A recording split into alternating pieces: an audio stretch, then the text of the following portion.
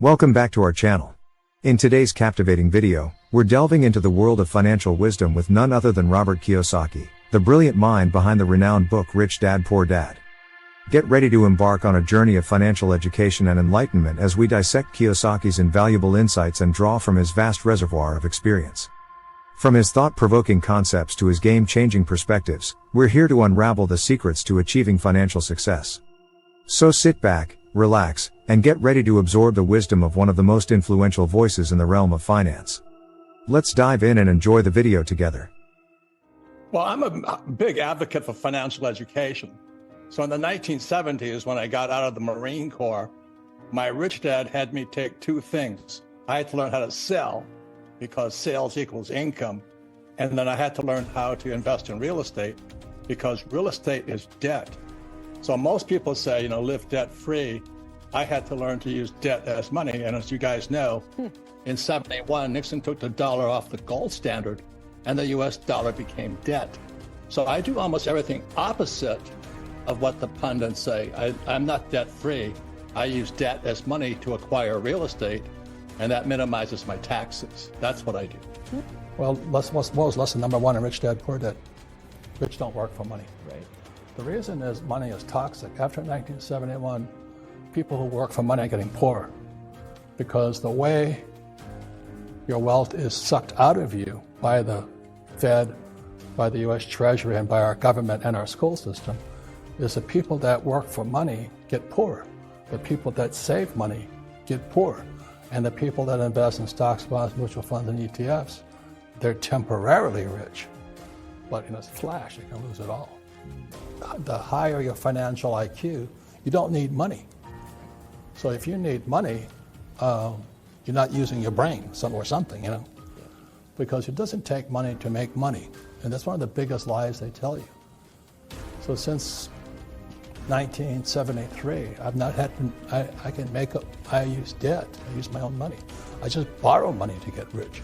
And this guy's like Dave Ramsey, a good friend of mine, and he says, live debt free. Well, that's good advice for his audience. That's why I was asking, who's your demographics? Are they smart, they're stupid, they're rich, they're poor? Are they educated, not educated?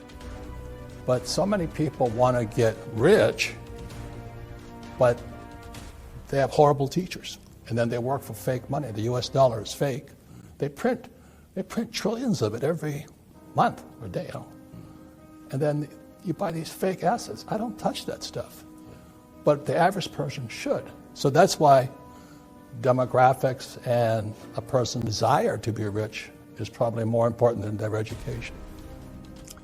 Well, if you're going to be educated, a person has to know there's been credit and debt. And that's why I'm mentioning the demographics, because the average person is not smart enough to handle that. All money today is credit. It doesn't exist. Credit is very simply the power to spend. That's all it is. So when you have a credit card, there's no money in that thing. They've just given you the power to spend. And the moment you spend it, you create debt. And then a debt is this contractual agreement that you'll pay it back. So when the markets crashed, my partners and I borrowed $300 million and we bought more property. Wow. And so 10 years later, we're now almost 600 million in debt. We just passed $500 million. Right. But we get very rich off of debt. Right. But that takes financial education. That's why I created the cash flow board game. Yeah. Cash flow is the only board game that encourages you to use debt. If you don't know how to use debt, then follow Dave Ramsey's rule of live debt free. So when I have a rental property here, it puts money in my pocket. So if I live in the house, it's a liability, because even if I have no debt on it, I still have taxes, depreciation, repairs, and upkeep, insurance, and all this.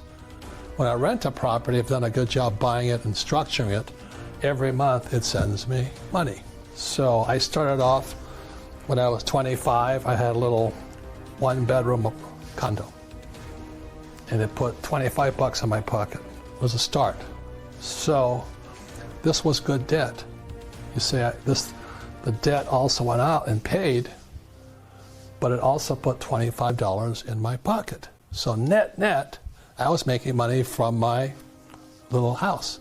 So today, my wife and I own 6,500 of them. And every month, 6,500 houses put money in my pocket. My people who live in them love me and all this because they have a place to live. But all of this comes from debt. So they're 100% finance here. It's all debt. So this is good debt. And what makes it good debt are the two most important words, cash flow. Does that make sense to you? So the definition of liability, does it take money from your pocket? And for an asset, does it put money in your pocket? Stocks are liquid, so you can get in and out. But the moment you go into real estate or you start a business, you're illiquid. And so the more illiquid the assets you're investing in, the smarter you've got to be.